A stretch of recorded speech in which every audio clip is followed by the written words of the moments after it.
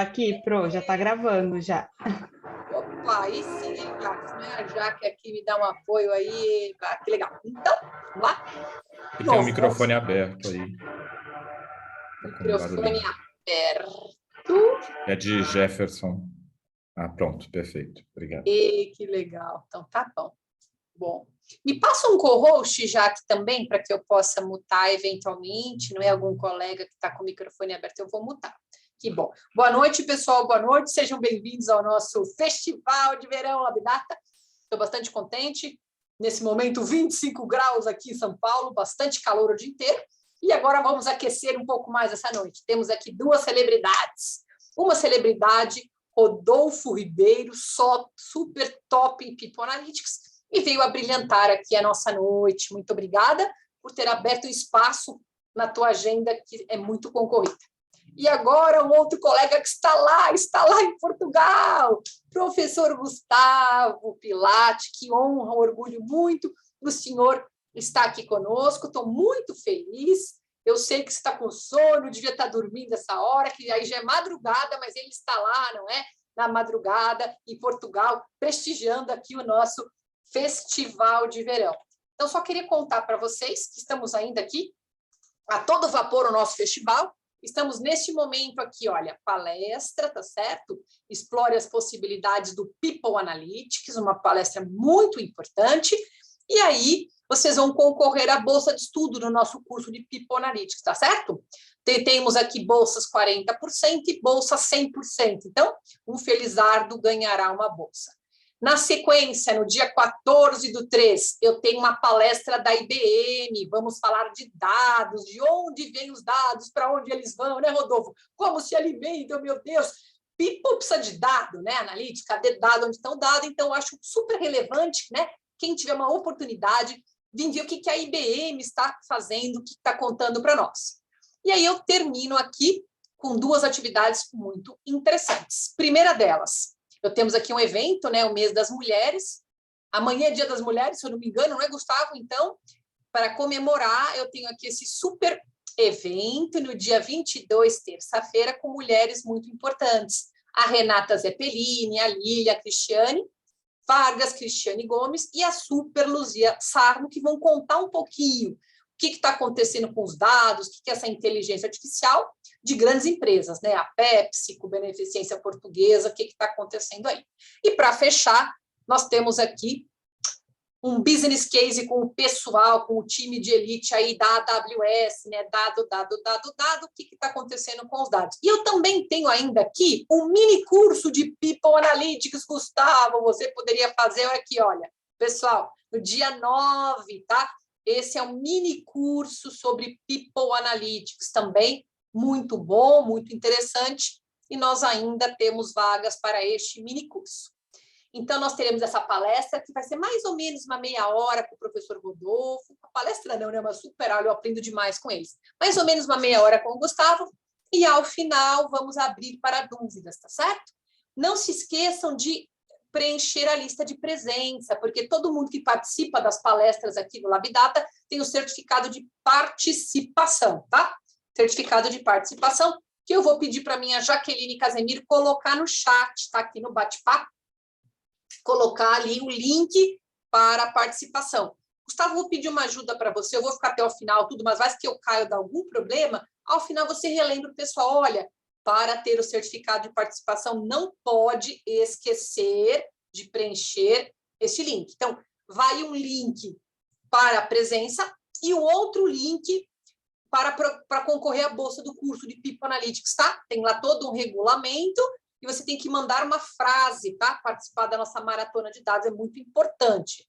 Esse curso de People Analytics é legal, ele é bem aplicado, toda aula a gente resolve já probleminha, programa em R, é bem legal e é para todos, tá?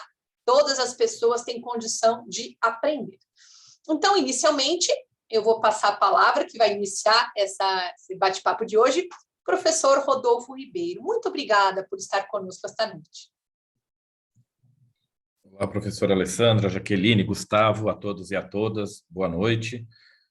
Obrigado pelo convite, mais uma vez, de estar aqui com vocês. Eu também sou egresso desse curso de People Analytics, eu fiz numa turma lá em 2019, e foi minha primeira incursão no assunto de forma mais técnica, né, e analítica.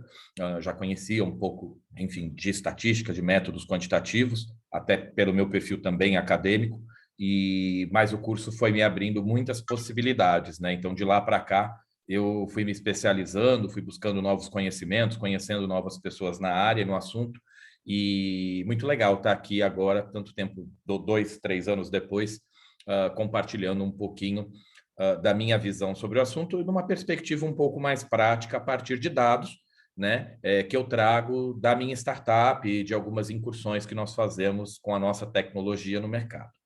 Eu vou compartilhar aqui minha apresentação com vocês, tá? Como a professora Alessandra comentou, depois as perguntas fiquem à vontade para fazer no final. Eu estou com uma tela só aqui, então eu acredito que eu não vou conseguir ler o chat. Mas se de repente alguém quiser registrar alguma pergunta, depois ao final também a gente vai lendo, fiquem à vontade para alguma demanda de esclarecimento, às vezes, no que eu estiver falando, tá bom? Então eu vou compartilhar minha tela aqui com vocês.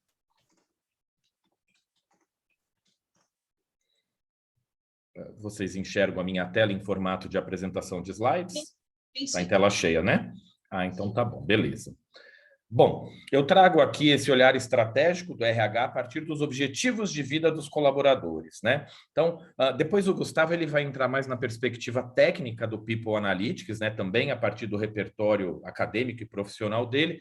Eu vou passar bem brevemente pelo assunto de People, eu vou falar muito mais de dados, né? De resultados a partir daquilo que eu observo. E proporcionar algumas análises para quem é profissional de RH ou tem interesse nesse assunto. E também vocês vão entender o porquê que eu fui fazer o curso de People Analytics naquele momento da minha vida que eu estava muito envolvido com a área de RH. Bom, eu sou um profissional, eu tenho 37 anos, feito agora em fevereiro, e venho de um contexto de gestão da inovação e empreendedorismo, né? Já trabalhei no Sebrae São Paulo, enfim, fui executivo de gestão da inovação em Algar Telecom, em outros atores aí do ecossistema, e faz 5 anos que eu fundei essa startup, que é a Seven Waves. Então, nesse meu percurso acadêmico e profissional, com inovação, a gente acaba entendendo que a inovação está cada vez mais acelerada, né? Uma inovação ela é entendida quando ela é adotada, né? Quando ela é usada pelas pessoas. Então, a gente vê... esse é um post que a Camila Farani, que é uma das Shark Tankers lá, daquele programa da Sony, é uma investidora anjo, enfim, bastante conhecida aqui no Brasil. Uma vez ela fez esse post, eu guardei ele para mim, que eu achei ele muito interessante, né? Em quanto tempo demorou para ter 50 milhões de pessoas usando alguma coisa, né? Então, demorou 68 anos para companhias aéreas serem utilizadas por 50 milhões de pessoas, demorou 62 anos para 50 milhões de pessoas terem automóveis, 28 anos para terem cartão de crédito, e a gente vê que no tempo isso foi sendo acelerado, até o YouTube, por exemplo, chegar a 50 milhões de usuários com 4 anos, e o Pokémon GO com 19 dias. Né? Claro que coisas similares, por exemplo, o próprio TikTok, a gente tinha o Snapchat também, que foi um boom super rápido, coisas físicas, né? Aquele spinner, que é aquele negocinho inútil que fica rodando, né? Que até hoje eu não sei para que serve, mas do mesmo jeito que apareceu, sumiu, né? Também a gente já nem vê mais.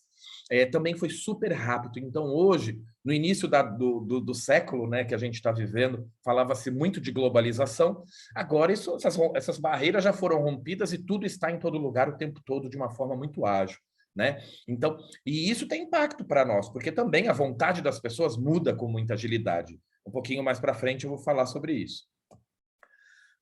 Existe um teórico aí, né? Existiu da inovação, do empreendedorismo, que era Schumpeter, ele falava um pouco das ondas da inovação, né? E as ondas da inovação, elas também estão cada vez mais rápidas. Essa é uma imagem, eu até fiz questão de pegar uma imagem bem antiga para vocês verem que já era previsto o início de uma nova onda, da sexta onda da inovação agora para 2020, né? E a gente vê que lá de 1700, quando teve a primeira onda com as indústrias têxteis, o aço, a energia hidráulica, eram ondas que levavam mais tempo para existir.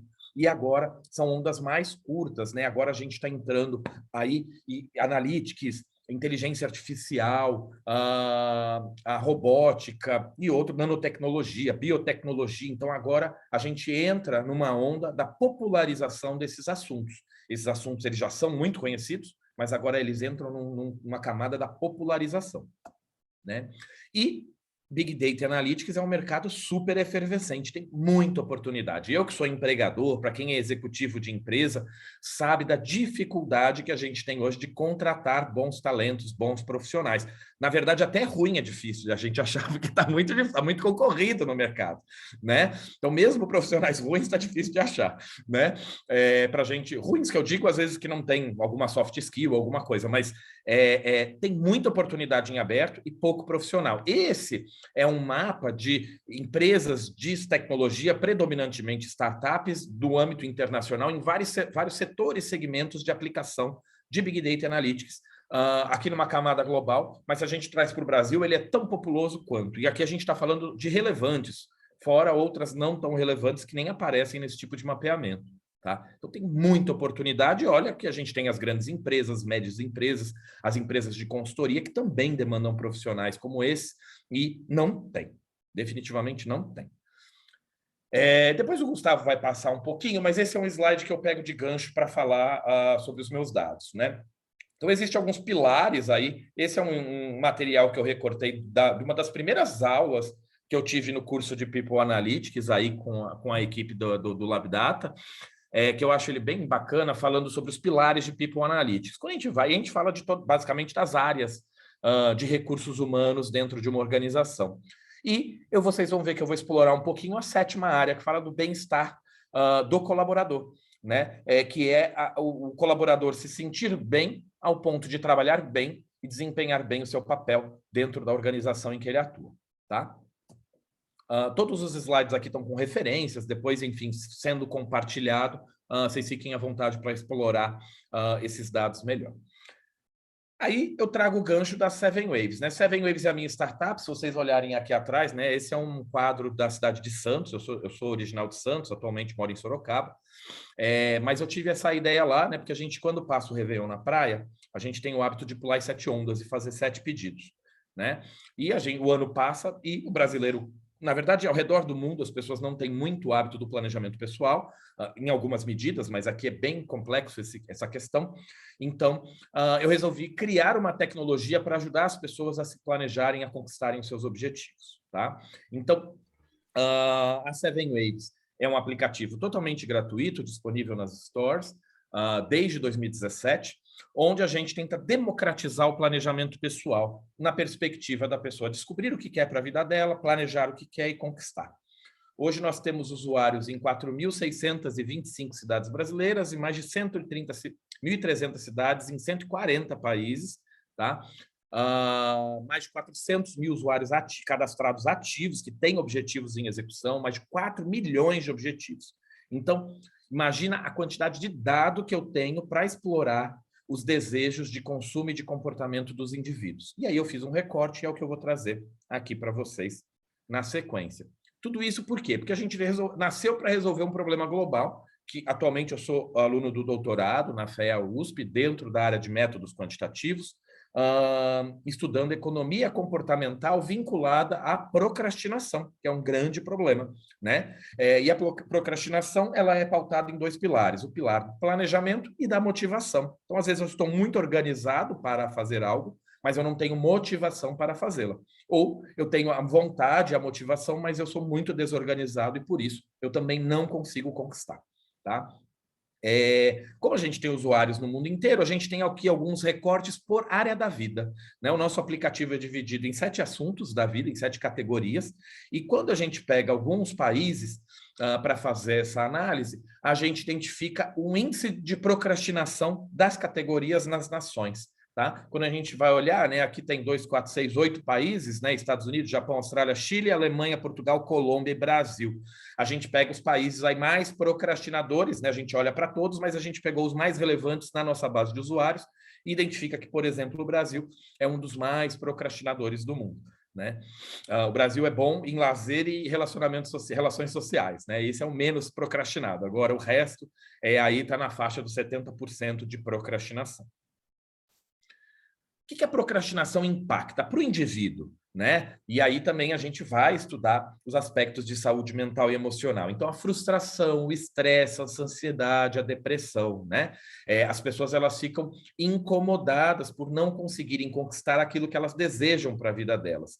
Ainda mais hoje que a gente está no momento de redes sociais, onde a gente se compara muito com as outras pessoas, né? Claro, as pessoas só postam sucesso, né? Elas postam o corpo do verão, elas postam a promoção, elas postam as coisas boas e naturalmente, isso é natural do indivíduo, ele olhar para aquilo, se comparar e se frustrar, porque ele também gostaria de ter aquela vida, de ter aqueles resultados, mas ele infelizmente não está conseguindo por algum motivo.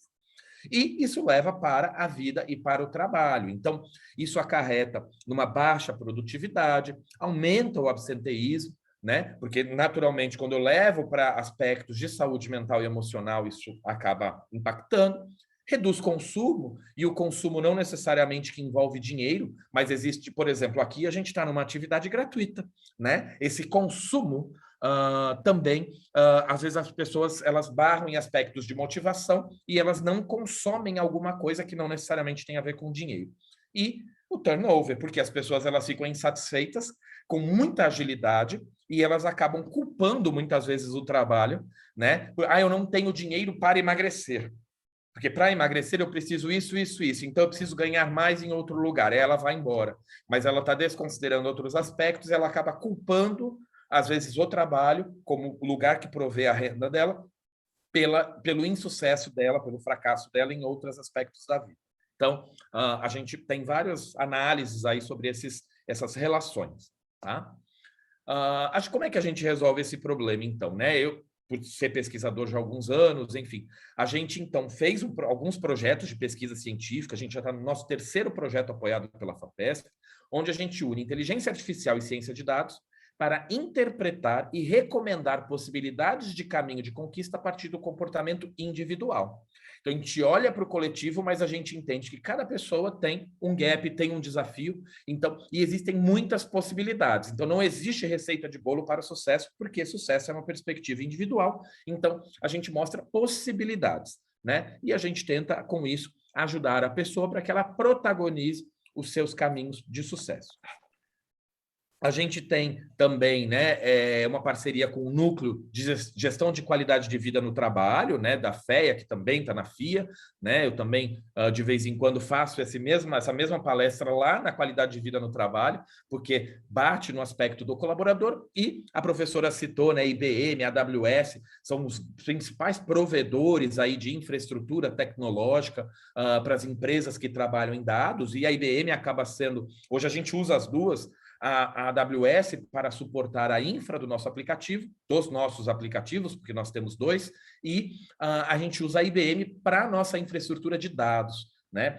Só para vocês entenderem, eu não exploro aqui nessa apresentação, mas a gente tem um aplicativo Seven Waves para dois públicos, para o adulto, que é esse que eu comentei, que é fruto da nossa análise de dados, e para criança e adolescente, que é a disciplina Projeto de Vida dentro de escolas de ensino fundamental e médio. Então, a gente também tem as duas abordagens, que também é uma massa de dados gigante. A gente está implementando agora no governo do estado de São Paulo, com 2,5 milhões de jovens do 6º ano do fundamental ao 3º do médio, que cursam a disciplina Projeto de Vida. Então, é dado pra caramba, é muita análise, muita interpretação, e são coisas muito interessantes que a gente consegue extrair de tudo isso.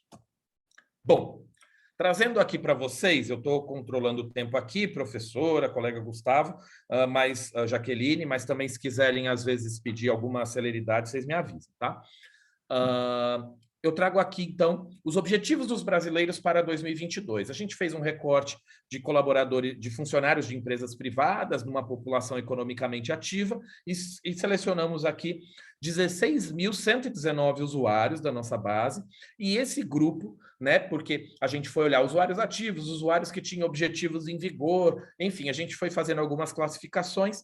Então, são 16 mil pessoas, 30 mil usuários, 30 mil objetivos analisados para 2022. Tá? E aí, a gente tem uma divisão das 7 categorias da vida que eu comentei. Então, basicamente, a gente proporciona ao usuário que ele classifique um objetivo entre estudos, carreira, bens e finanças, espiritualidade, lazer, relações sociais e saúde. Tá? Ele tem a categoria outros, tá? A gente não considera como o usuário categoriza um objetivo. Dentro do nosso projeto de pesquisa científica, nós temos um sistema aqui na Seven Waves de interpretação de linguagem natural. Então, da forma que o indivíduo escreve o objetivo, seja pelo léxico, seja com o idioma, seja com emoji, a gente classifica esse objetivo numa árvore de 1850, mais ou menos, objetivos distintos entre si. E a partir daí é que nós fazemos a nossa classificação. Primeiro ponto, né? A gente tem a roda da vida, né? Quem já participou, ainda mais colegas de RH aqui já devem ter passado por algumas atividades que propiciam o autoconhecimento. A gente também tem uma roda da vida dentro do aplicativo pautada nas 7 categorias.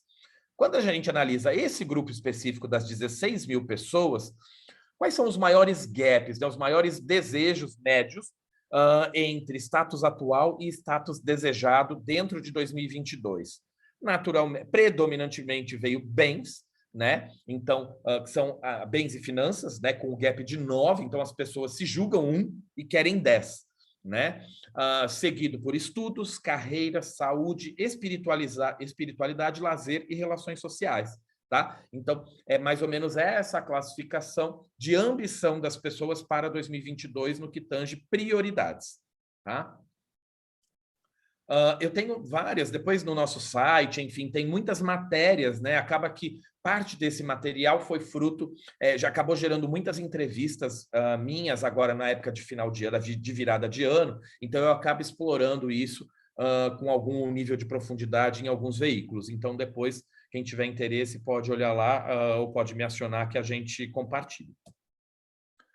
A gente também gosta de olhar traços de personalidade. A gente acaba usando um instrumento bastante comum, aí, bastante conhecido pelos RHs, que é o MBTI, né? Que é um instrumento extenso. A gente fez uma versão Pocket dentro do nosso aplicativo, onde a gente analisa, dentro deste grupo de 16 mil usuários, divididos proporcionalmente nos estados brasileiros, em gênero e em faixa etária, de acordo com o IBGE, dentro da população economicamente ativa, como está essa classificação no MBTI, né? Então, só para vocês entenderem, predominantemente nós temos os sentinelas, que é um perfil mais de liderança e gestão. A gente tem os diplomatas, que é um perfil mais social e cooperativo, em segundo lugar. Depois a gente tem os exploradores, que é o cara que tem um comportamento empreendedor mais aflorado. E, por fim, os analistas, que é o cara mais detalhista, mais curioso, inteligente, é o cara mais centrado. Né? Então, é mais ou menos essa a divisão que nós temos de traços de personalidade do grupo que nós analisamos. Claro que aqui em 30 minutos a gente não consegue explorar cruzamentos, mas a gente consegue, por exemplo, olhar para cada um dos 16 tipos de personalidade, né, e tentar interpretar quais são os desejos e ambições desse grupo. Então, a gente faz muitos cruzamentos para entender prioridades, ambições de cada um e necessidades de cada um dos grupos. Olha aqui tá os top 10, lembrando que esse ranking ele vai de 1 a 1.850, tá? Então, top 10 dos objetivos deste grupo, que a gente consegue generalizar pela massa, dos objetivos dos brasileiros para 2022, né? Então, basicamente, 3 em cada 10 pessoas têm algum objetivo relacionado a guardar dinheiro. Ficou em primeiro lugar para 2022. Esse recorte foi feito na virada do ano. Tá? Olhando para os anos anteriores, aí eu falo um pouquinho da importância de acompanhar os dados de forma viva, porque olha como as prioridades mudaram. Em 2019 ele também foi primeiro, depois ele foi quarto, depois ele foi oitavo. Tá? Aprender inglês, né? As pessoas muita gente tem o inglês como ideal de alavanca de carreira, né? Muitas pessoas têm isso. Então, 14%, né? Foi segundo lugar o ano passado, terceiro, quinto. Só para vocês entenderem, na mesma medida que são objetivos muito desejados, também são super procrastinados, tá? Praticar atividade física em terceiro lugar, né? E praticar atividade física sempre fica aí nos top 5. Comprar casa né? Olha, em quarto lugar, uma necessidade básica, né? Quem é da administração, pirâmide de Maslow, né? Então, necessidades básicas lá, olha que interessante. Olha, em 2019 ficou em 20º lugar. Então, a gente vem de uma época, né, que o sonho do brasileiro era ter a casa própria. Depois esse sonho vem aí nos últimos 10 anos, assim, não ficando tão latente, e agora, o ano passado foi terceiro, este ano está em quarto lugar. Olha que interessante, em quinto, comprar carro também era um objetivo, ó, 19º, 12º, o ano passado foi em primeiro lugar, né? Na nossa análise, à época, na virada de 2020 para 2019, para 2021, a gente creditou isso, primeiro, a questão do evitar lugares coletivos, o transporte coletivo, né? Como uma forma das pessoas individualizarem o transporte para evitar contágio da Covid, e também como forma de emprego e renda para transporte de pessoas e mercadorias. Então, veio comprar carro. Viajar, em sexto lugar, né? Sempre é um objetivo bastante comum, mas também super procrastinado na pandemia, e as pessoas jogaram muita coisa para 2022, né? Subir de cargo em sétimo lugar, também super procrastinado na pandemia, e agora ele volta com força, essa expectativa das pessoas em galgarem novas posições na empresa em que atuam. Emagrecer em oitavo lugar, tá? Também um objetivo super comum, ter uma alimentação saudável em nono e abrir o próprio negócio em décimo. Já já eu faço uma análise com um pouco mais de carinho sobre esses itens, sobre os principais insights daqui, tentando explicar os porquês disso. Olha a procrastinação de 2021 para 2022, o que a gente entende como procrastinação, tá? Esse grupo de usuários, ele colocou objetivos em 2021 dentro do aplicativo, a data de expectativa de conclusão venceu, ele voltou no aplicativo e postergou essa data, tá? E ainda não concluiu. Então, isso a gente chamou de comportamento de procrastinação. Então, primeiro, os top 5 foram de saúde. Olha que interessante também. No momento de pandemia que a gente ainda vive, onde saúde é um assunto que preocupa bastante as pessoas, os 5 primeiros foram de saúde. Muito porque as pessoas provavelmente levaram a energia do assunto saúde para outro lugar, né? E acabou ficando desabastecido de foco alguns deles. Como? Fazer terapia. 83% das pessoas que quiseram fazer terapia em 2021 não fizeram. Emagrecer, 78% não conseguiu emagrecer o que desejava. Fazer check-up médico, então ter uma visão proativa em cima dos cuidados com a saúde física, 76%. Ter uma alimentação saudável, 74%. Fazer atividade física, com 73%. Quitar dívidas, com 72%. Guardar dinheiro, com 69%. Então, para este ano, ele é o mais desejado. Mas o ano passado ele foi super procrastinado. Então, muitos dos que querem guardar dinheiro em 2022 é uma galera que já não conseguiu fazer isso em 2021. Tá? Então, a educação financeira também é um problema no Brasil, né? Então, é algo que tem insights aí que as empresas podem atuar para ajudar os seus colaboradores, porque isso gera estresse financeiro e outras questões. Entrar na faculdade, em oitavo lugar, na procrastinação, conseguir um novo emprego e abrir um próprio negócio, né? Abrir um próprio negócio ficou em 10º, dos mais desejados, e ficou em 10º também dos mais procrastinados, lembrando que isso é uma lista de 1 a 1.850. Alguns insights legais que eu trago aqui para compartilhar e ir encaminhando o encerramento da minha apresentação. 62% dos usuários têm um nível de estresse financeiro considerado médio ou alto.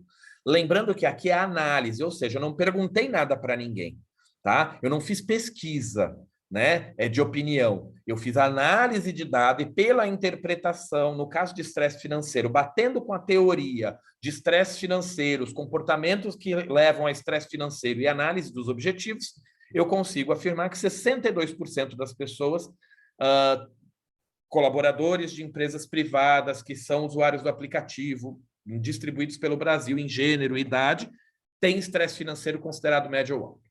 Isso desencadeia, por exemplo, aspectos de saúde mental e emocional. 7 quilos foi a média que as pessoas queriam ter perdido e não conseguiram.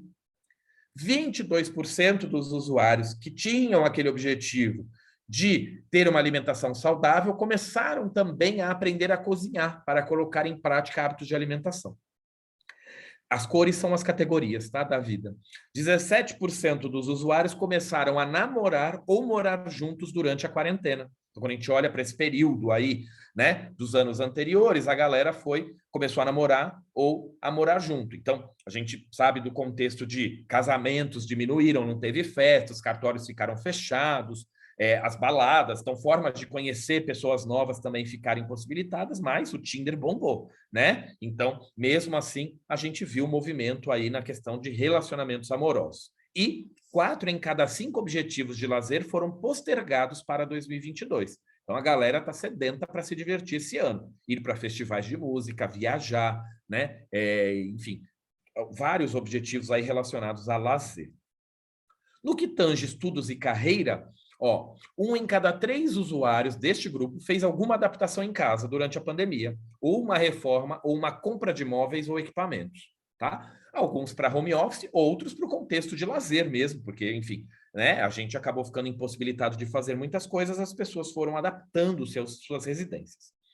59% foi o aumento dos usuários, quando a gente vai olhar números absolutos, que querem empreender em 2022, na perspectiva de largar o trabalho para empreender ou ter uma renda extra em 2022, tá? Então, também é algo que as empresas têm que ficar de olho, seja pela questão de perder o talento, seja pela questão da necessidade de recursos adicionais, porque tem a galera que quer empreender para renda extra e tem a galera que tem como objetivo trocar de emprego, né? Então, tem algumas perspectivas, análises acessórias que a gente faz daí. 22% das pessoas que quiseram subir de cargo ano passado postergaram para este ano. Tem a galera que procrastinou e deixou quieto, tem a galera que conseguiu e tem a galera que postergou para 2022. Então, a galera está animada aí para novas posições, né? E se elas não encontrarem caminhos dentro da organização, seja por meio de PDI, plano de carreira, processos que ajudem ela a subir de cargo onde elas estão, elas vão procurar isso em outro lugar. No que tange estudos, 2,3 cursos foi a média, está sendo, né, a média de cursos realizados por cada indivíduo durante a pandemia, esse período de pandemia, e 39% dos usuários que procrastinaram fazer inglês lá em 2019 foram trabalhando isso durante a pandemia. Então, inglês, as pessoas foram buscando formas alternativas de fazer, considerando que o trivial eram os cursos presenciais, né? Já tinha bastante coisa online, aplicativos pagos ou gratuitos, e as pessoas ainda não tinham uma adoção tecnológica muito forte para isso, mas teve uma galera que andou no que tange inglês, mesmo ainda ele sendo super procrastinado. Tá? Então, basicamente, o que eu tinha para trazer de informação para vocês, né, sobre as análises de dados que a gente faz sobre os objetivos das pessoas, né, e olha quanto insight tem aqui para a tomada de decisão de recursos humanos, né, em políticas, né, em benefícios, em práticas dentro da organização, para suscitar, quando a gente olha para as categorias da vida de um colaborador, né, de um indivíduo, como o que motiva a pessoa a estar ali, né, toda segunda-feira de manhã, com energia, com dedicação, com foco, para trabalhar. Predominantemente, 83% dos objetivos custam dinheiro, tá? Então, predominantemente o indivíduo trabalha para satisfazer as suas necessidades básicas, né? Lá Maslow, tá? Prover família, vida, alimentação, moradia, etc., lazer, mas ele tem desejos e ambições também. Saber um pouquinho sobre isso é muito bacana, porque a empresa consegue criar estratégias para reter esse indivíduo a partir dos benefícios que ela promove, né? A gente já trabalhou na Seven Waves com RH no passado, hoje a gente não trabalha mais, tá? A gente trabalha em ações mais pontuais, não como suporte tecnológico, a gente trabalha mais na camada de análise de dados hoje. Mas a gente teve uma cliente do Sul, uma grande indústria de elevadores, e a gente, quando fez uma análise com os colaboradores dela, muito focada em benefícios, a maior parte dos benefícios os colaboradores nem sabiam que existiam. Então, também aí a gente vai trabalhando recomendações de comunicação, porque muitos dos desejos dos colaboradores eram pautados em objetivos, em benefícios que a empresa provia, e as pessoas nem sabiam que existia. Tem uma empresa super sofisticada de RH aqui no Brasil, da área de cosméticos, que também padecia do mesmo desafio. Tinham vários objetivos dos colaboradores, que ela já oferecia benefício, e as pessoas nem sabiam que isso tinha lá. Então, esse é um poder de olhar para os dados, né? A gente não crava verdades absolutas, mas a gente tem muitas possibilidades de caminho a partir da interpretação que a gente faz deles e do intertexto que a gente faz com teorias, com informações de mercado. Então, basicamente, é isso. E aí, a dica final que eu trago, né? Acredito também o Pilar vai trazer um pouquinho disso. A gente vê isso em todas as formações que a gente passa, que envolve gestão do conhecimento e analytics, que o dado sozinho não faz nada, o dado contextualizado, quando ele vira informação, ele também é muito pouco. Agora, quando a gente concatena tudo isso e liga Lé com Cré, né, a gente tem uma infinidade de sabedoria para trabalhar, e a partir daí, com certeza, as ações elas são mais efetivas, mais úteis e, de fato, impactam aquele que precisa e que deve ser impactado. Então, é isso que eu tinha para falar para vocês. No meu cronômetro aqui deu 29 minutos. Né? Aqui estão os meus contatos, né? Meu WhatsApp, meu e-mail, o site da minha startup. Baixem o aplicativo, organizem, planejem suas vidas para quem não faz isso. E qualquer coisa que precisar, eu estou super à disposição com vocês, para vocês. Obrigado. Que bom, muito bom. Eu adoro. Eu gosto tanto de assistir tua apresentação. Depois eu quero que você traga um dia para nós a evolução ao longo do tempo, né? Qual é a mudança? O que é que está acontecendo, né? Será que tivemos um impacto de fato na quarentena? Dá para fazer um teste, né? O antes e depois, enfim. Gostei bastante. Pessoal, eu recomendo muito o trabalho do Rodolfo, tá bom? Sigam ele nas redes sociais. Ele sempre traz notícia, traz coisa fundamentada, com trabalho acadêmico, não é? Com uma amostra bem feita, tem rigor, né? Ele traz um trabalho com bastante rigor científico, e o que ele falou, o aplicativo é gratuito, né? Muito importante, vocês, se quiserem preencherem, eu acho importante. Gustavo, se puder colocar de novo a lista de presença aqui, o link, por favor, você me ajuda? Olha, toda a palestra Labdata, estamos no meio, eu vi que quando eu dei o recado eu tinha 30 pessoas, agora estou com 108 e não para de entrar, não para de entrar o pessoal. Então, estamos no meio do nosso festival de verão, e para que vocês tenham o certificado de participação desta palestra super relevante, por favor, preencham esse link, tá? Tem um link aqui que o professor Gustavo colocou, é o link para que você tenha a presença, e tem outro link que a Jaque está colocando agora para a Bolsa de Estudo. Eu vou atribuir amanhã algumas bolsas de estudo para o curso de People Analytics, então quem desejar estudar conosco, aproveite e tente conseguir uma bolsa gratuita. Eu ia deixar as perguntas para o final, Rodolfo, mas eu estou tão interessada em perguntas, acho que é melhor eu abrir agora. Pode ser, Gustavo? É que eu estou preocupada com ele estar 5 horas na Europa, mas ok? Claro, sem problema, professora. Toma um cafezinho, tem cafezinho Ilha aí em Portugal? Chama um cafezinho. Depois dessa palestra não tem como dormir, estou interessado aqui também. Eu também. Pessoal, olha lá, Fernando já está inscrito no curso, que bom, vai aprender demais. Perguntas, pessoal? Tem alguma pergunta para o nosso colega Rodolfo Ribeiro? Por favor, perguntas. Quem tem pergunta, levanta a mão para a gente organizar aqui. Alguém tem pergunta? Eu tenho. Quando vocês vão pensando, eu tenho. Rodolfo, você já fez algum experimento, alguma pergunta para comparar brasileiros e não brasileiros? Será que muda um pouquinho o estilo de vida? Muda bastante. Muda muito? Comenta um pouquinho para nós. A gente começa a ver similaridade entre países pelo comportamento dos indivíduos. Então, por exemplo, o brasileiro ele é muito próximo do colombiano, do português, do russo em comportamento, né? Em prioridade da vida, né? Então, é muito interessante olhar quando a gente olha as categorias da vida e quando a gente olha o comportamento em quantidade de objetivos de um determinado assunto, o que vem primeiro, né? Porque a gente começa também a identificar uma hierarquia entre objetivos, né? Então, primeiro eu vou, sei lá, subir de cargo, na sequência eu vou casar e na sequência eu vou trocar de carro. Tá? Esse é hipotético. A gente tem várias sequências assim que a gente tenta criar relação entre objetivos. O que vem primeiro, né? Então, e a gente, quando olha para os países, a gente começa também a identificar similaridade de comportamento. E, às vezes, países que não estão geograficamente próximos, mas que eles acabam promovendo características comuns no comportamento dos indivíduos. O Albert fez uma pergunta aqui no chat, né? Quais são as características em comum das pessoas que de fato cumprem os seus objetivos? O perfil realizador, né? Quando a gente, por exemplo, olha para a gente chama, né, de perfil realizador. Quando a gente olha para um MBTI, por exemplo, ele é um perfil mais introvertido, né? Ele é um perfil geralmente feminino, geralmente introvertido, tá?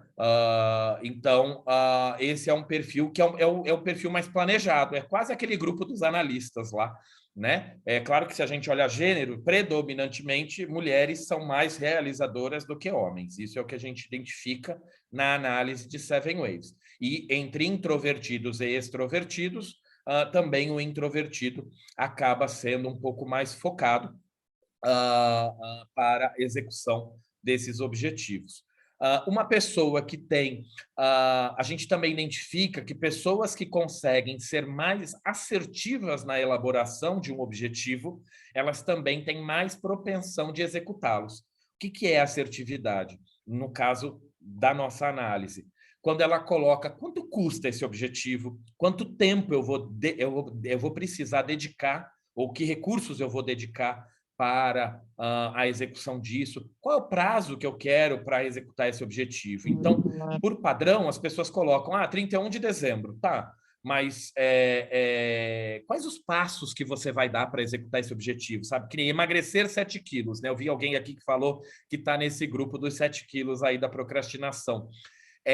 Mas para emagrecer... Nós dois. Eu não acordo dia 31 de dezembro, eu durmo dia 30, acordo dia 31, pronto, conquistei, emagreci 7. Não, eu tenho que emagrecer 1, 2, 3, 4. Então, quando as pessoas mais planejadas na perspectiva de recursos, né? E aí fala-se muito de metodologia SMART, né? A gente vê que essas pessoas são mais propensas a conquistar. Porque, por exemplo, tem usuário que coloca ser feliz, ser rico. O que é riqueza? O que é felicidade? Né? Emagrecer por emagrecer não significa nada, mas emagrecer quanto, em que tempo, né? Com que qualidade? Então, é um pouco do que a gente acredita que isso leva ao perfil dos mais focados e que conseguem, de fato, executar. Obrigada, Rodolfo. Obrigada. Tem uma pergunta lá, olha lá. Eu estou vendo Ivan, aqui... por favor. Pois não. Dá uma olhadinha lá, pergunta enorme. É uma pergunta falada? Ou não, tem aqui, né? Escreveu. Isso. Eu vou fazendo aqui alguns. Sandro falou, né? Falecimento na família, separações, perda de emprego, são considerados outliers? Como são tratados no modelo de IA? O que a gente... A procrastinação, ela também tem outros dois pilares que a gente avalia, que são os motivos voluntários e involuntários. Né? Por exemplo, viajar nas férias. Muitas pessoas não procrastinaram porque quiseram, elas procrastinaram porque tudo fechou, né? Então, sim, a gente... Claro que o detalhe do indivíduo eu não tenho como saber, né? Então, o que é comumente sabido, a gente consegue tratar. Agora, uma separação, uma perda de emprego, a perda de emprego eu até tenho como saber, dependendo do comportamento do usuário dentro do app, quando ele põe conseguir um novo emprego, enfim, ele coloca alguma coisa lá. Um falecimento na família, né? Eu não necessariamente tenho como saber. Então, aquilo que eu tenho como saber, eu trato. O que eu não tenho como saber, eu não consigo, tá? No caso de entes públicos, foi feito algum estudo, uma vez que a maioria parece se acomodar depois de passar em algum concurso.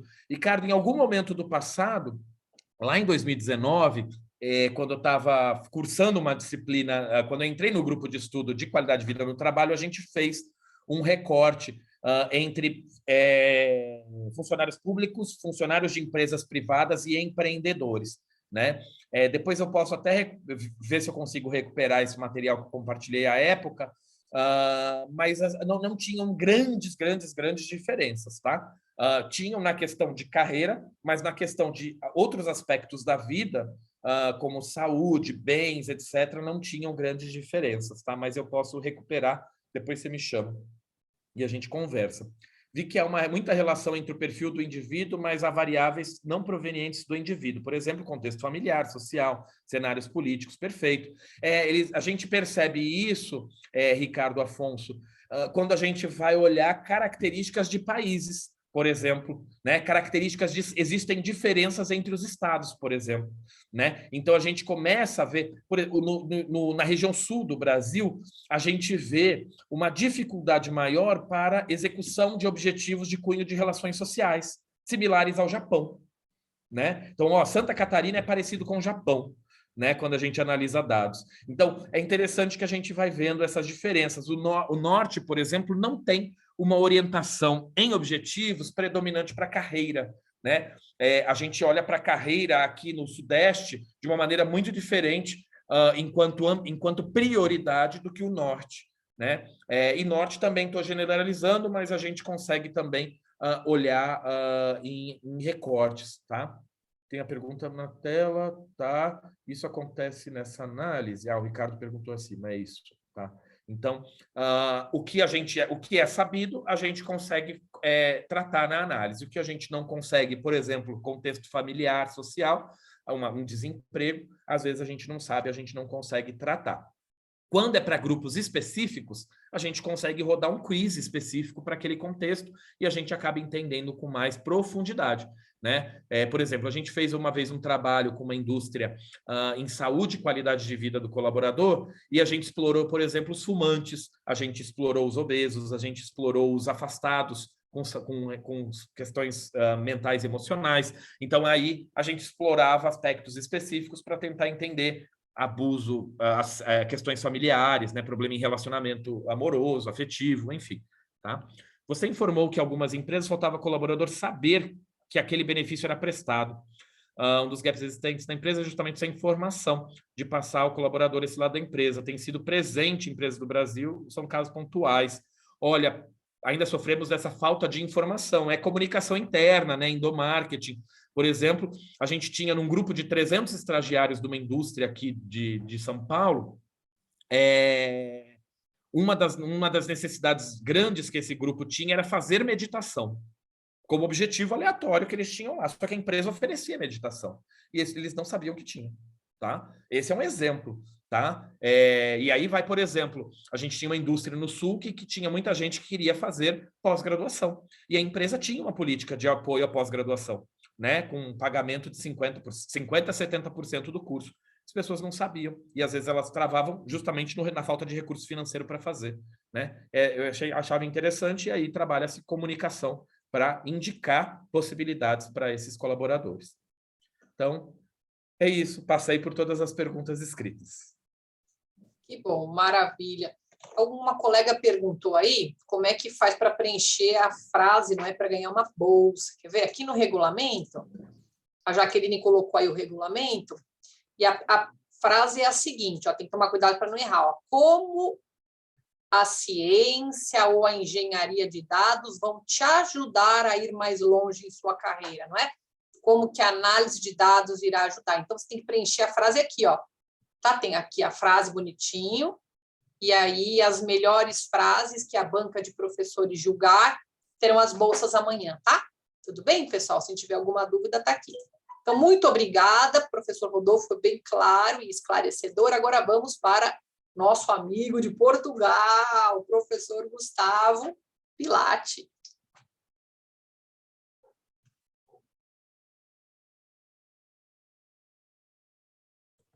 Vamos lá.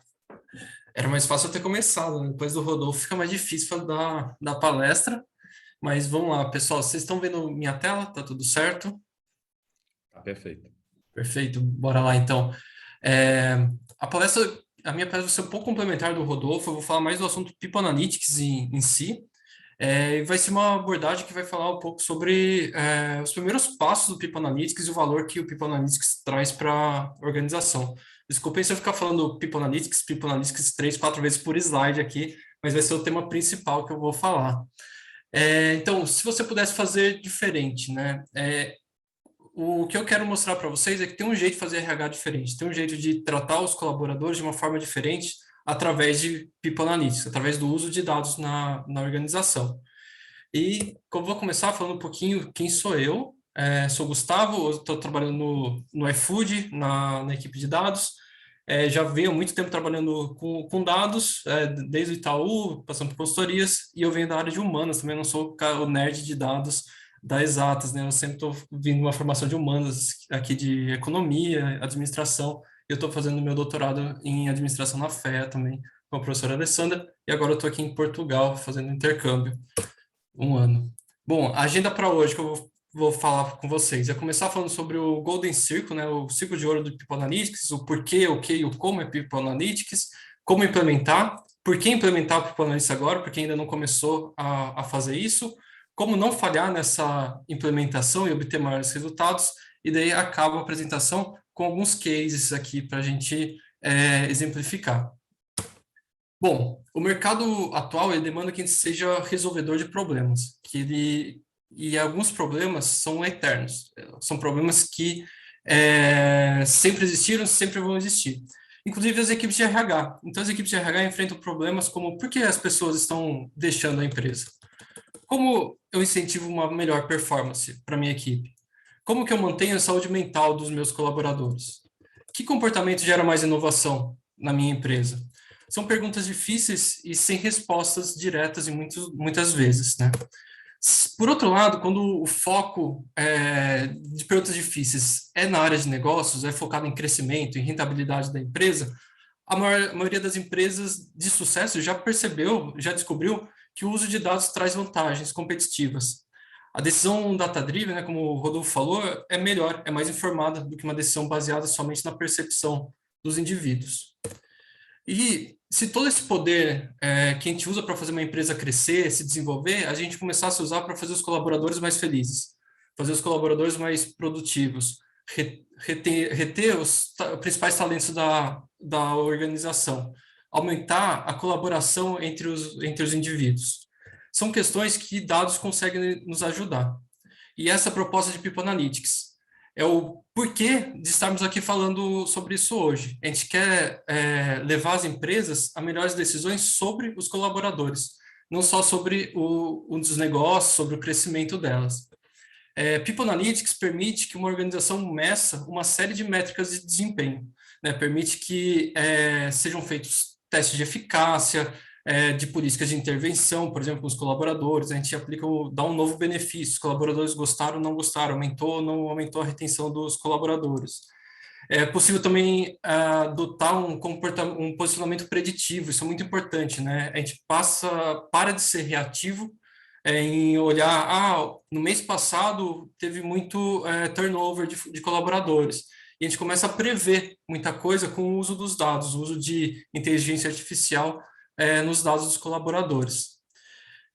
Enfim, a empresa passa a usar uma série de ferramentas para tomar de decisão de RH que não são baseadas somente no achismo, somente em crenças, somente em pressentimentos.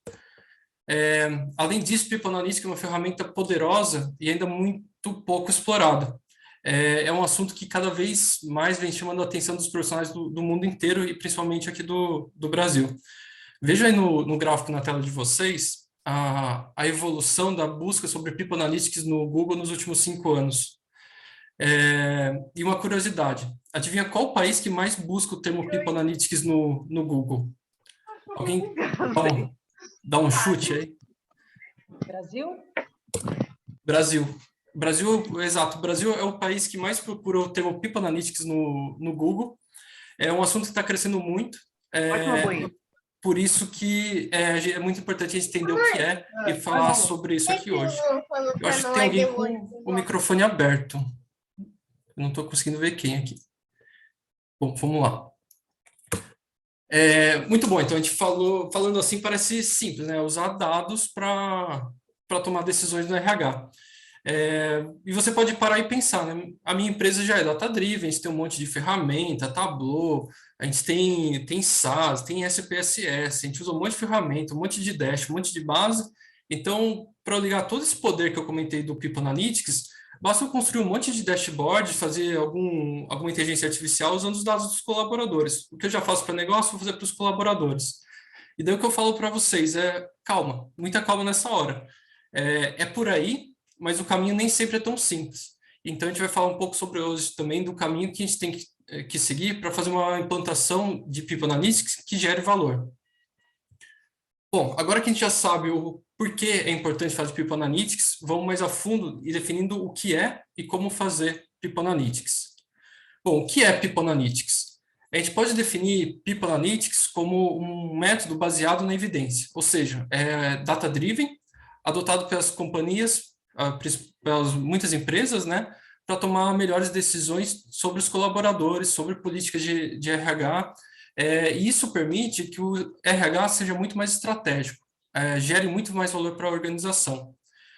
É um conceito poderoso e importante de a gente entender. O que está por trás desse conceito é a geração de valor pelas pessoas que formam a empresa. Né? Muitas vezes a gente fala, o banco teve lucro, a empresa fez tal coisa.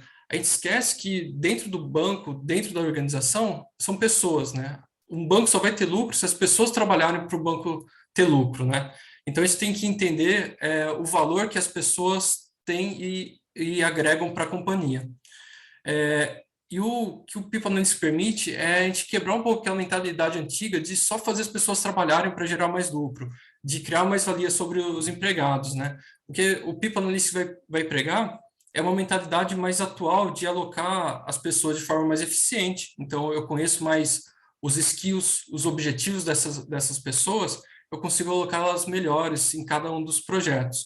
Eu consigo garantir práticas de gestão que são adaptadas à própria empresa, e não com métodos genéricos que são direcionados pelas consultorias.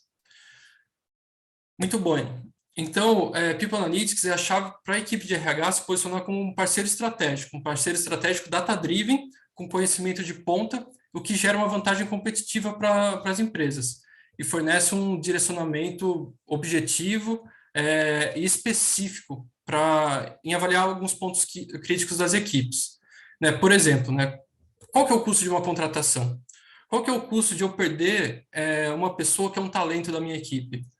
Qual o tempo que um colaborador deveria ficar no job antes de sofrer alguma rotação? São perguntas desse tipo que o People Analytics vai resolver. Então, legal, a gente definiu o porquê falar de People Analytics e o que é People Analytics. Agora vamos falar de como fazer People Analytics. Como implantar People Analytics, né? É provável que você, ou como um colaborador do RH da empresa, né, ou olhando para o RH da empresa que você trabalha, já veja, né, o uso de dados há mais de uma década. Né? Então, já tem dashboard sobre colaboradores, sobre informação de turnover de colaborador há mais de uma década. Né? Isso foi muito consequência da digitalização que a área de pessoas passou nesse tempo. Né? A diferença de People Analytics para isso que foi feito até agora é a aplicação dos dados. Com essa informatização dos sistemas, ficou comum a gente ter acesso a fotos do que estava acontecendo sobre os indivíduos. Então, coisas como média da performance, quantidade de headcounts de cada equipe, valor da folha de pagamento e por aí vai. A diferença é que People Analytics permite que as empresas consigam usar sua capacidade analítica para gerir melhores talentos e tomar decisões data-driven com previsibilidade. Um estudo da HBR de 2019 mostrou que cerca de 70% das empresas que foram pesquisadas consideram o People Analytics como uma prioridade top para elas, mas que elas essas próprias empresas acabam destinando somente 5% do investimento de Big Data para esse assunto. Então, é um assunto que já começou há algum tempo, as pessoas vêm falando, sabem da importância, mas que ainda tem muito a crescer, muito a se desenvolver, e tem um campo bem grande para profissionais trabalharem nessa área. Bom, no final, existem inúmeros caminhos para a gente adotar práticas de People Analytics bem-sucedidas dentro da empresa. A gente não vai ter não esperem eu apresentar aqui uma receita de bolo para vocês, né? A maioria das empresas ainda enfrenta obstáculos para fazer uma implementação e para atingir esse objetivo de ter um RH estratégico gerando valor data-driven. A tarefa pode parecer simples, né, de coletar dados, interpretar, melhorar a performance e melhorar a experiência do colaborador. Mas as empresas ainda não aprenderam a fazer toda essa conexão, a seguir esse fluxo, agregando valor. E daí, para ajudar, a McKinsey ela resumiu toda essa rota de sucesso para o People Analytics numa escada de 5 degraus. E ela dividiu essa escada em 2 linhas de desenvolvimento. A primeira linha é a capacidade do time e a segunda linha é o mindset da organização. No primeiro degrau, no primeiro momento, a gente não tem nenhum dado. Não adianta a gente ter um time de PhDs em People Analytics que a gente não vai ter insumo para fazer pesquisa, gerar dashboard, gerar inteligência artificial, gerar modelagem, porque a gente não tem a matéria-prima. E nem casos de sucesso para compartilhar com a organização também. A gente nunca construiu nenhum caso que eu possa mostrar para o CEO e falar, ó, que legal, olha o valor que a gente agrega para a organização, né? Mas no momento que acontece a digitalização do RH, como eu comentei, né, principalmente nesses últimos 10 anos, a gente passa a ter alguns dados. Então, a gente começa a ver investimento para a organização desses dados na estrutura. E a gente começa a ter times focados em análise de dados, entregando algumas análises descritivas pontuais sobre os indivíduos. E daí isso daí é o primeiro degrau ali aliás, o segundo degrau na escala de Guzdeira, né? Bom, com o tempo, alguma coisa evolui, né? E a gente consegue chegar no terceiro degrau. O terceiro degrau é onde existe um banco de dados já consolidado, já acessível, né? Um banco de dados sobre os colaboradores, né? Já acessível para toda a organização, com ferramentas para disseminação dessa informação, como, por exemplo, o Tableau ou Power BI, né? Os dados ganham volume e recorrência nessa fase e começam a influenciar as decisões dos executivos e do negócio. Esse é um estágio que a maioria das empresas se encontra hoje, esse estágio que já começou a usar alguma coisa, a fazer algum dash, a fazer alguma análise sobre as informações dos colaboradores. Mas muitas vezes essas análises são análises descritivas sobre o passado. E daí essa terceira etapa, né, de analisar os teus dados para analisar o passado é muito importante para viabilizar a próxima etapa. A próxima etapa, o quarto degrau ali, é a etapa do Advanced Analytics. Aqui, a organização já tem uma matéria-prima para os times de Data Science trabalharem, já tem um time de Data, também tem as ferramentas. Então, nesse estágio, os elementos, né, os ingredientes para a receita dar certo, já estão na mesa. Nesse estágio, a gente começa a ter alguma previsibilidade dos eventos. O time de RH começa a ser mais estratégico, a gerar mais valor para a organização e a construir parceria com as equipes de negócio, desenvolvendo cases de sucesso com o uso de modelagem, ou mesmo análises descritivas, mas que tragam alguma previsibilidade, algum sucesso. Bom, uma vez que esses cases de sucesso crescem e viram recorrência, né, viram parte da cultura da empresa, a gente chega no último step. No último step, no último degrau ali, o RH atua sempre de forma preventiva, data-driven, olhando não só o indivíduo, mas as relações entre os indivíduos. Não esqueçam que a empresa, como falei, tem pessoas dentro dela, é um ambiente social. E como o ambiente social, a forma como as pessoas da organização se relacionam é de extrema importância e riqueza para a gente conseguir fazer essas análises e gerar previsibilidade sobre, por exemplo, retenção, performance, qualidade de vida, saúde mental. Uma pessoa que é totalmente isolada numa hierarquia, socialmente isolada numa empresa, como será que é a saúde mental dela? Ela não tem relacionamento com o chefe, não tem relacionamento com os pares, é uma pessoa totalmente isolada. Será que ela vai ter uma evolução positiva de carreira e vai conseguir atingir os objetivos dela? Então, esse é um grande problema, e usar análises de redes, análises de redes sociais é muito importante, pode agregar muito valor aí como ferramenta de análise para People Analytics. Bom, a gente passou pelo círculo de ouro aqui de People Analytics, a gente falou o porquê usar, o que é e como implementar a People Analytics. Fica uma pergunta agora muito importante, né? Por que falar de People Analytics agora? Por que a gente vai investir energia da empresa, dinheiro, para fazer People Analytics em 2022? Eu vou resumir o meu ponto de vista do porquê que é importante fazer isso agora, e se fazer isso agora, porque se você ainda não começou, né, em 4 principais pontos, né? O primeiro deles é que tá ocorrendo o que eu já comentei da forte digitalização dos processos de RH e uma adoção generalizada de sistemas de informação no RH, tornando o dado sobre as equipes, sobre o desempenho, sobre os processos de RH, muito mais acessíveis e padronizados. Ou seja, a matéria-prima para fazer toda a análise, fazer todo o People Analytics, é abundante agora nas empresas. Um segundo ponto é que a gente tem uma imensidade de softwares e tecnologias que podem ajudar os executivos das empresas e os executivos de RH a usar dados para encontrar ligações entre, por exemplo, gestão de talentos, produtividade do trabalho, retenção de talentos e saúde mental. Um terceiro ponto é o trabalho transacional, ou seja, aquele trabalho operacional do RH. Esse trabalho operacional do RH passou também por uma onda de terceirização nessa última década.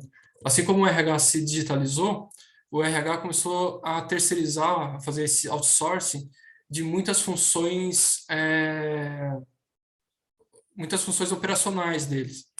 E isso levou a muitos líderes de RH, que antes estavam olhando só pessoas, a dar o primeiro passo para quantificar e começar a relatar custos de desempenho da área de pessoas, por exemplo. E isso forçou uma subida naqueles degraus ali que a gente falou anteriormente. A gente saiu de ter nada para um RH mais digitalizado que começa a olhar mais dados e começa a ter uma cultura data-driven dentro do RH, que começa a se expandir pela empresa, isso.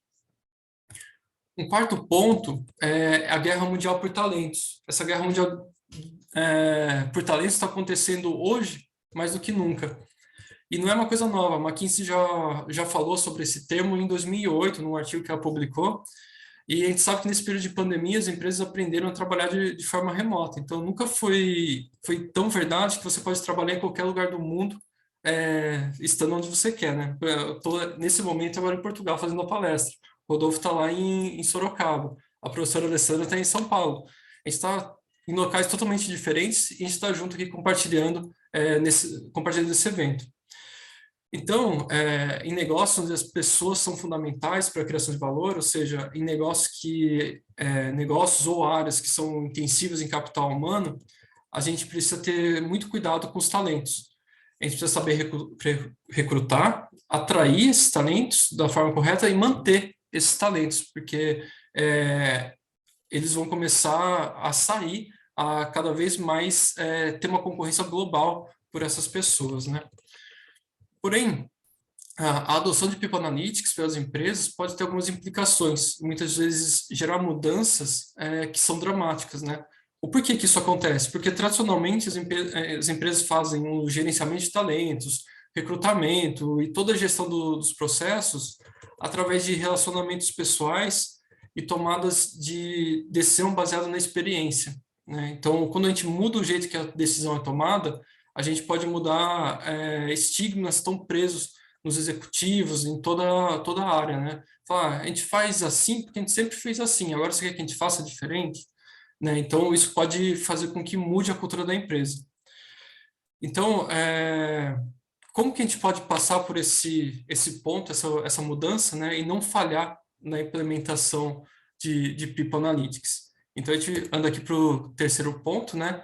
Que, como a gente viu na nossa escada de desenvolvimento aqui de People Analytics, implantar uma tecnologia de ponta, trazer Tableau, AWS, toda aquele mapa que o Rodolfo mostrou das ferramentas, né, de dados, que tem muitas no mercado hoje, não é uma bala de prata para resolver o problema da falta de People Analytics na organização, né? A gente conseguir uma equipe preparada, com as técnicas necessárias para interpretar e agir com base nos dados é muito importante. O engajamento dessas equipes, o alinhamento de toda a liderança da empresa é um fator muito importante e deve ser prestado atenção aqui, né? As análises, elas precisam ser conduzidas em conjunto com os tomadores de decisão, sejam eles tomadores de decisão internos ou não do RH. Pode ser o executivo do RH, o CEO da empresa, o CFO, o CMO, o CIO, qualquer executivo pode tomar essas decisões muito baseado nos dados, né? E o RH tem que estar junto dessas equipes que não são RH. Uma vez que a iniciativa já está ganhando corpo, a iniciativa de RH já está ganhando corpo, ali próximo do degrau 3, da escada que eu comentei, a maioria das empresas conta com uma equipe de cientistas para selecionar insights e fazer análise. E isso é perigoso, né? Quando a gente começa a ter uma equipe que centraliza uma demanda, a gente pode gerar um gargalo. E a gente não vai ter cientistas de dados suficientes, nem dentro do RH, nem dentro da organização, para abordar todas as consultas solicitadas, todos os modelos, fazer todos os testes num tempo hábil. Seja tudo isso dentro ou fora do RH, né? Isso sempre acontece. Além disso, né, os cientistas de dados eles não conhecem os funcionários que eles estão usando os dados, né? Eles estão pegando os dados dos colaboradores que eles não conhecem para executar a análise. Então, eles não podem, muitas vezes, contextualizar os resultados, né? E por isso as equipes de People Analytics têm que estar muito próximas, por exemplo, do business partner, das consultorias de RH que trabalham com a empresa e sabem o que acontece em cada uma das áreas.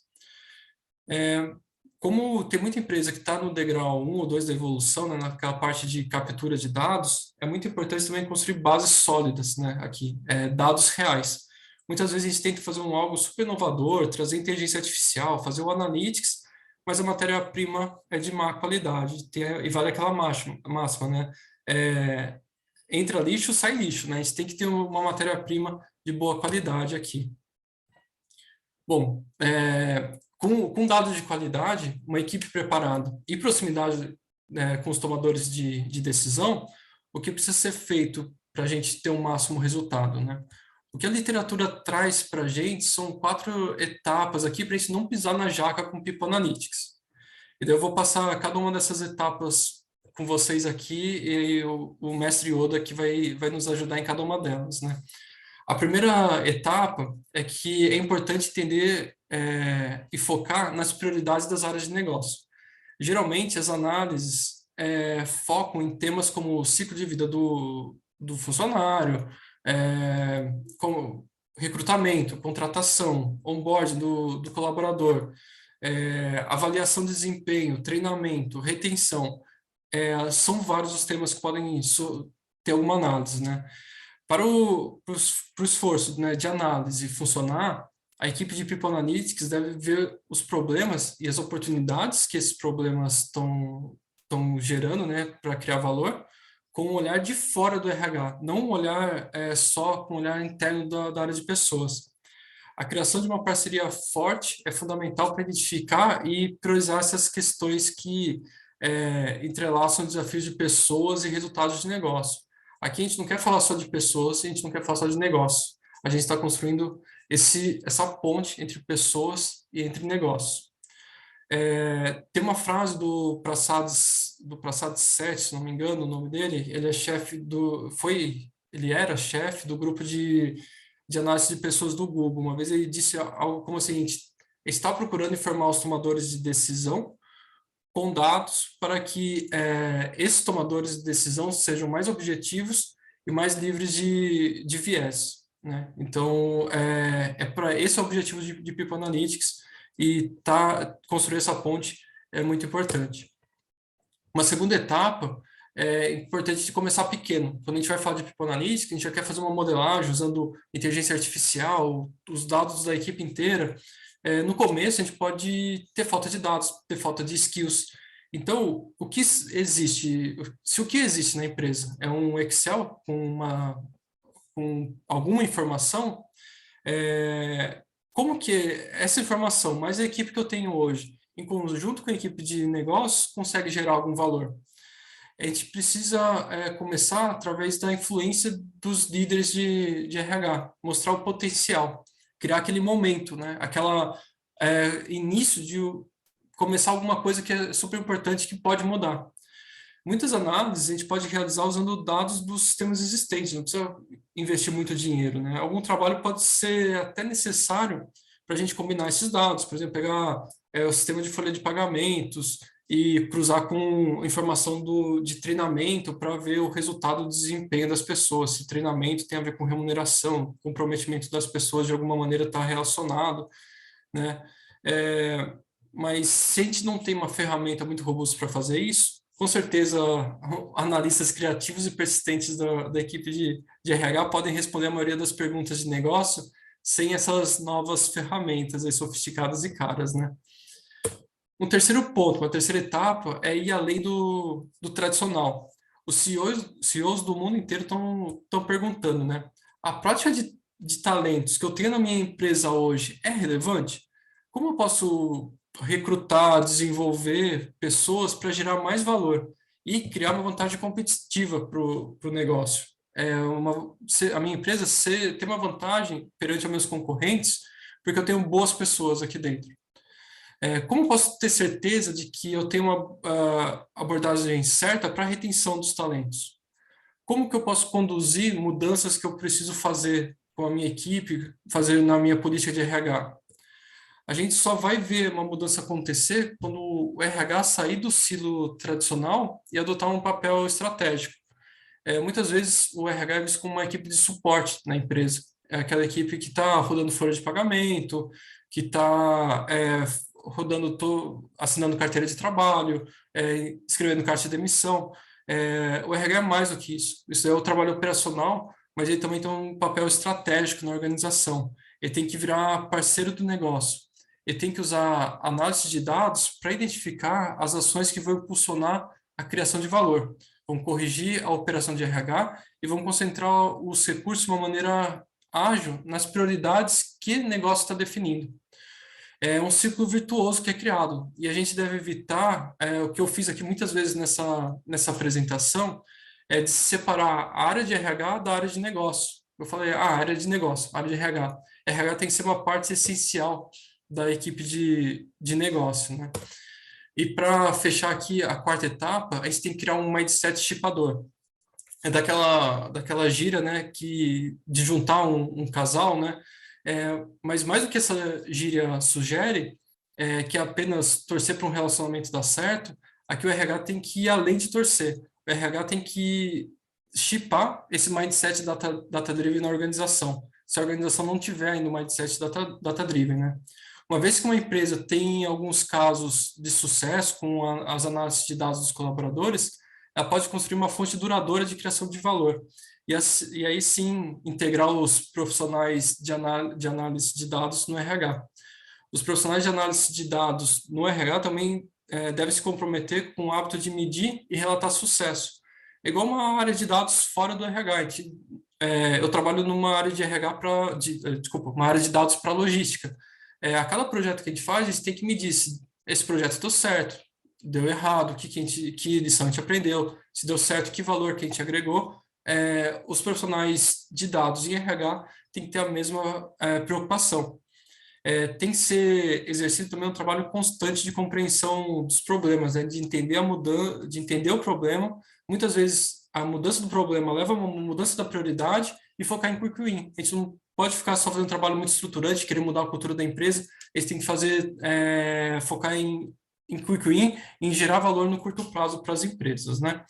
Bom, indo aqui para a reta final, já estou estourando o tempo, trazer alguns cases aqui. Um case de sucesso, um case de insucesso. Um case de sucesso é o Walmart. O Walmart começou a usar People Analytics há muito tempo atrás. Quando eu falei que o RH está na última década se digitalizando, o Walmart já está uma década usando análise de dados para gerar valor para os colaboradores. Acho que foi isso aqui em 2013, alguma coisa nessa época, o diretor de People Analytics do Walmart falou, né, que nossa função é esse trabalho para resolver problemas com a organização estratégica do RH e comunidade de experts. Então, eles já tinha essa mentalidade de criar uma ponte. Embora a nossa estratégia de análise esteja posicionada no nível do parceiro de negócio, não estamos fornecendo soluções exclusivas para os parceiros de negócio. A gente está complementando ele, eles estão focando em soluções também para os colaboradores dessas áreas parceiras. E por que deu certo, né, usar People Analytics no Walmart? Muito por causa da estrutura que eles adotaram. O Walmart adotou uma estrutura com 4 pilares.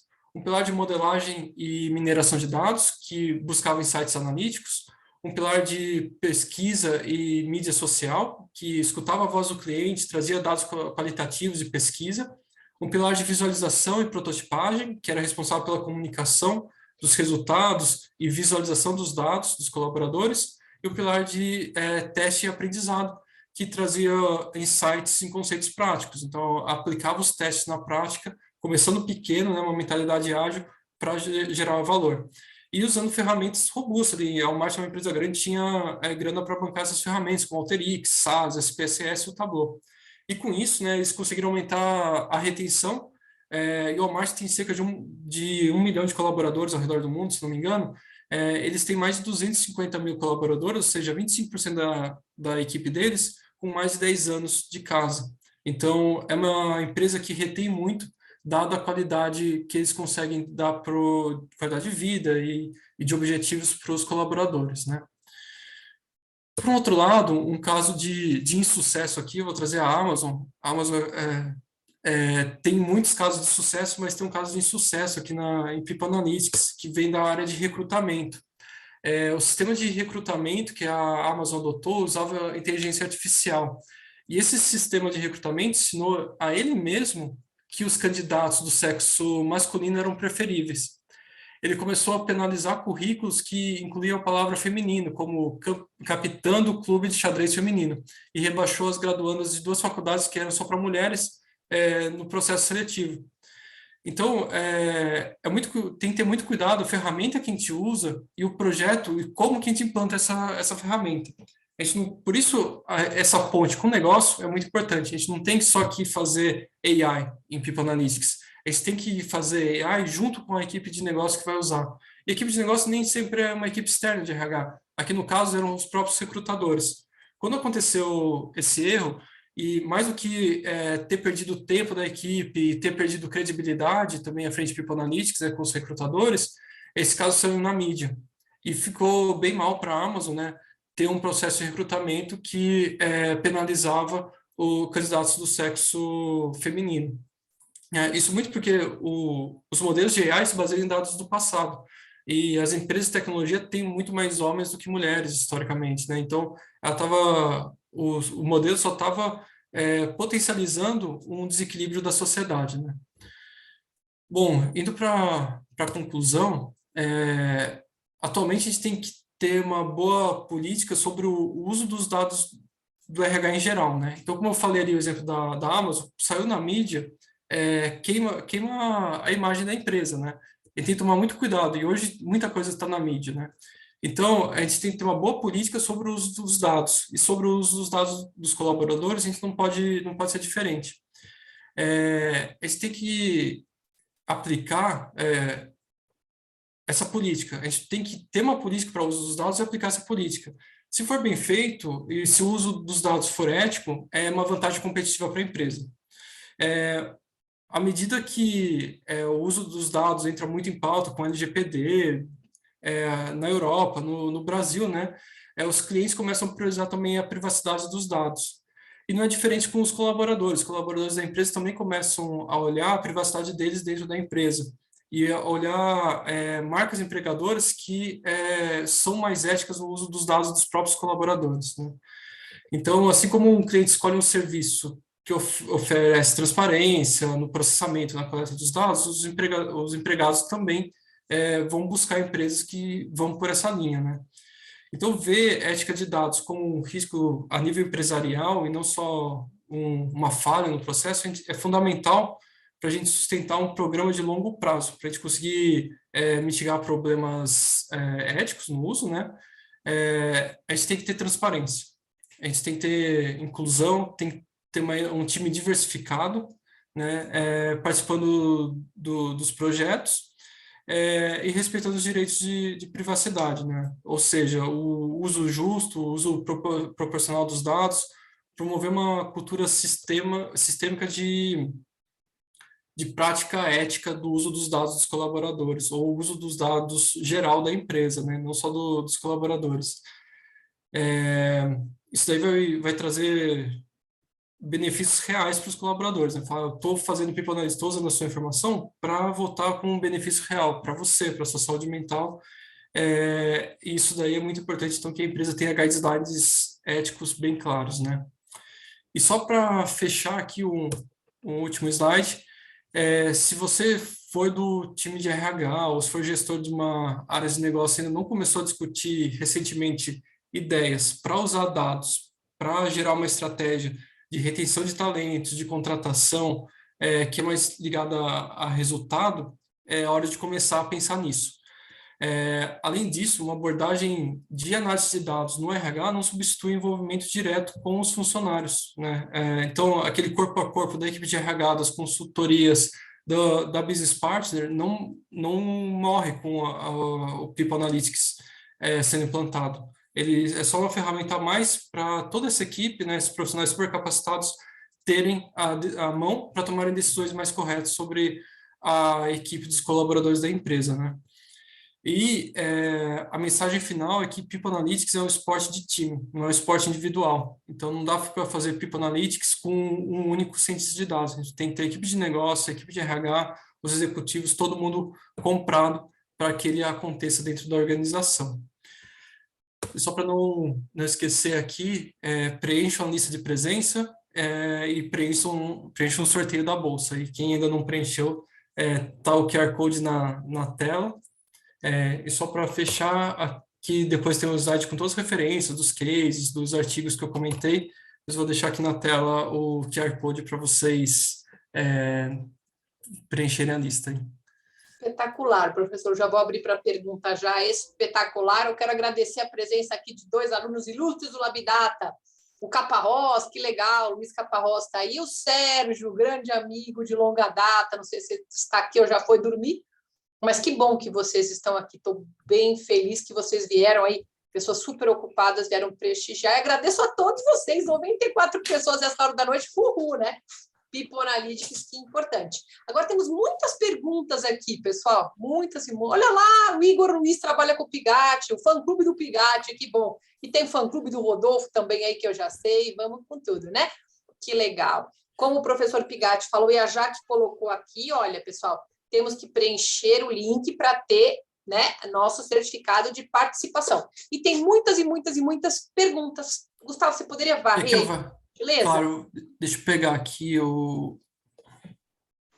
Lista de presença. Deixa esse link na tela, que é legal, né, Rodolfo? Para o pessoal ganhar o certificado. Oba! Então, o Luiz Humberto que perguntou, ele tem uma curiosidade, que se os colaboradores devem ser informados e consentir que seus dados das redes sociais sejam utilizados para times de análise de RH. Isso é uma pergunta boa, Luiz, obrigado por trazer. Quando eu falei de... Eu vou dar 2 respostas, tá? Quando eu falei de rede social ali no meio da apresentação, não necessariamente o uso da rede social, tipo Facebook, Instagram, Twitter, a rede pessoal dos colaboradores.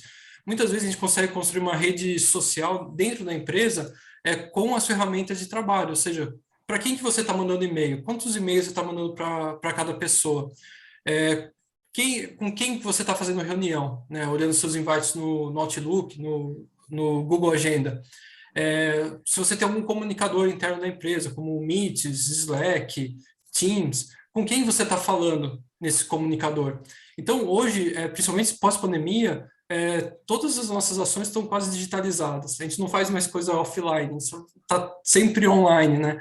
Então, com esses dados online, a gente consegue criar essa rede, saber com quem que você interage na empresa, quem que você mais interage, a sua rede social da empresa. É diferente da sua rede hierárquica, então, às vezes, você interage muito mais com a sua equipe par do que com o seu chefe, com os seus pares, né? O que isso causa, né?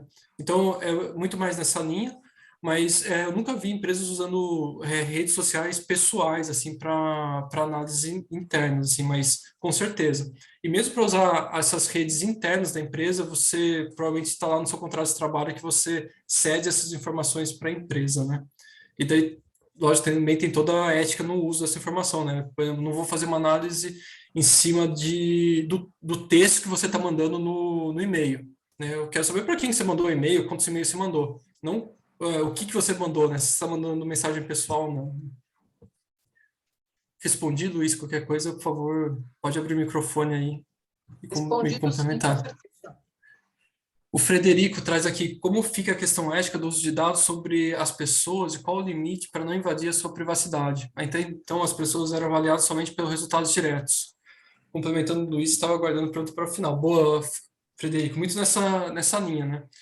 Quando você usa uma ferramenta corporativa, né, o computador da empresa, o e-mail da empresa, a ferramenta de comunicação da empresa, você está sujeito a algumas regras ali que você deve ter assinado em algum momento, os termos e condições ali do uso da empresa. Assim como, por exemplo, propriedade intelectual. Quando tudo que você produz dentro da empresa, geralmente é propriedade intelectual da empresa, né? Por mais que você tenha estudado 10 anos ali para chegar num modelo de AI super perfeito para reduzir fraude, quando você faz esse modelo na empresa, ele é propriedade da empresa, não é mais sua propriedade, né? Então, a empresa pode usar os dados, né, que você está disponível, está nos sistemas dela, só que ela também tem que se preocupar com a parte ética, que eu comentei ali no final, né? Eu não posso usar indiscriminadamente isso, eu não posso usar sem avisar, eu não posso usar sem dar um feedback para os colaboradores que eu estou usando esse dado dele. Não é porque está lá num parágrafo pequenininho, no termos e condições, na folha 47 do que você assinou do seu contrato de trabalho, que eu posso usar. Eu vou usar um dado que eu estou falando para você que eu estou usando, e eu vou usar só o dado que eu preciso. Não vou usar toda a informação do mundo, vou capturar todo o seu passo a passo. Tem algum... Depois dê um Google aí, tem uma empresa que produz crachá com geolocalização. Então, você sabe aonde que a pessoa anda na empresa, com quem que ela se encontra, quanto tempo ela fica. Isso eu acho que já passa um pouco do ponto, assim, é um pouco absurdo já querer saber onde a pessoa está fisicamente, se ela foi no banheiro, quanto tempo ela ficou no banheiro da empresa, isso eu não vou querer saber, né? Isso daí sim, acho que é invasão de privacidade, então tem que ter muito, assim, essa ética. E ética não tem muito definição, né? Então, o que eu falo muito para minha equipe é assim, se o que você está fazendo, saindo uma notícia do jornal, qual que foi essa reação? Vai ser uma reação boa, falando, pô, olha o que essa empresa está fazendo? Ou vai ser uma reação falando, nossa, olha o que a empresa está fazendo, né? Então, como ética é difícil de definir, pensa assim, se o que você fizer se tornar público, qual que é o impacto disso? Se for impacto positivo, você pode fazer. Indo aqui, o Morrini Xavier, indo nessa mesma linha do Luiz do Frederico, como evitar o viés no modelo de análise de perfil das redes sociais. Boa. Quando a gente fala de rede social, estou falando de rede social interna da empresa, tá? Muitas vezes tem nossa, esqueci agora, não é o Marketplace, tem uma ferramenta do Facebook para as empresas, tem Workplace, isso, obrigado. Tem ferramentas sociais internas da empresa, né? Então, eu sei, por exemplo, pessoas que atenderam um treinamento, pessoas que se comunicam, pessoas que fazem reunião. E muitas vezes, não só quando eu vou usar análise de rede, né? Mas para qualquer modelagem, principalmente quando eu vou considerar informações pessoais como perfil, por exemplo, etnia, o CEP de onde a pessoa mora, por exemplo. A minha empresa fica no centro de São Paulo. Se eu tenho um CEP que a pessoa mora no extremo da Zona Leste, será que a distância do onde ela mora até o trabalho influencia a performance dela? Pô, é legal fazer? Eu posso fazer isso. Talvez tenha algum resultado significativo. Ela demora muito tempo no trabalho, não tem tempo de fazer um curso e tal, então vai ter uma performance menor. Será? Não sei. E é legal fazer isso? Isso daí vai me trazer algum insight que vai ser ético e legal eu usar essa resposta? Então, muitas vezes, essa linha não é muito definida, é uma linha tênue, a gente tem que ter muito cuidado, né? Então, por isso é importante que uma empresa tenha esses guidelines éticos muito bem estabelecidos antes de começar a usar os dados. Deixa eu ver mais perguntas.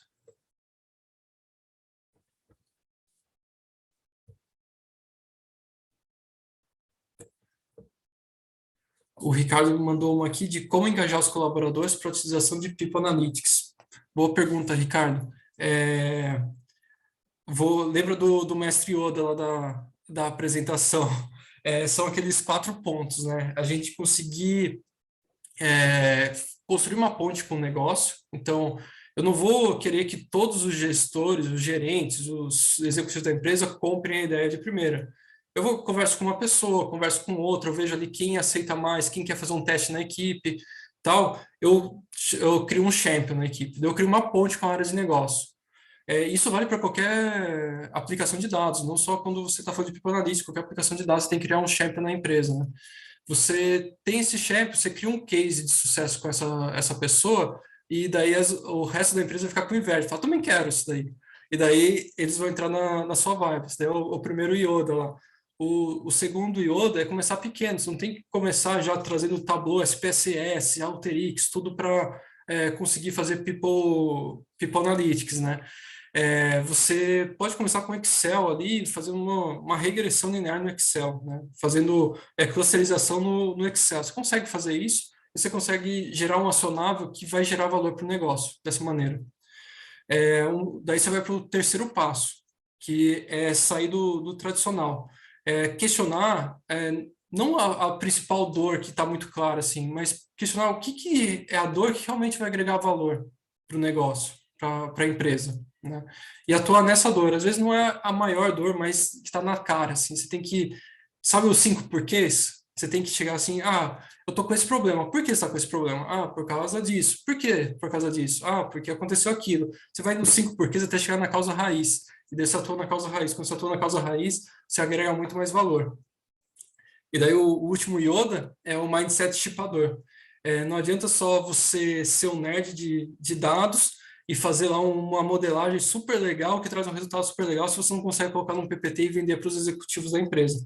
Você tem que fazer o seu modelo chipar, você tem que falar a língua da área de negócio. Você tem que mostrar em números, em resultados, em números financeiros, em valor, em retenção, em felicidade dos colaboradores, em objetivos dos colaboradores atingidos. O quanto que você consegue agregar de valor com aquilo. E daí sim você consegue chipar isso e você cria o champion que vai espalhar a sua ideia de People Analytics na organização. Fechado? Mais dúvidas, pessoal? Alguém quer abrir o microfone? Fechado. Alguém tem a última perguntinha? Pessoal, precisamos encerrar. O Gustavo está em Portugal e a mulher dele está chamando. Que bom, então, vamos encerrar. Pessoal, muito obrigada pela participação, muito obrigada. Olha, 80 pessoas aí, quase 9 horas da noite. Muito, muito obrigada a todos. Lembrando que ainda temos muitas atividades no nosso festival de verão. Ainda teremos um mini curso de People Analytics da Laís essa semana, tá certo? Teremos ainda a IBM, a AWS, muitas emoções, muitos eventos e muitas bolsas, tá bom? Que serão atribuídas aí durante a semana. Muito, muito obrigada. Professor Rodolfo, como sempre, esplêndido, muito obrigada. Professor Gustavo, muito obrigada, pessoal. E obrigada a todos vocês, pessoal. Até a próxima. Tchau, tchau. Tchau, Obrigado, tchau. boa noite. Tchau, Paty. Tchau, Tchau. Kelly, Mauro, Patrick. Tchau, pessoal. Tchau. Paty, precisa interromper a gravação, só. Obrigada, gente.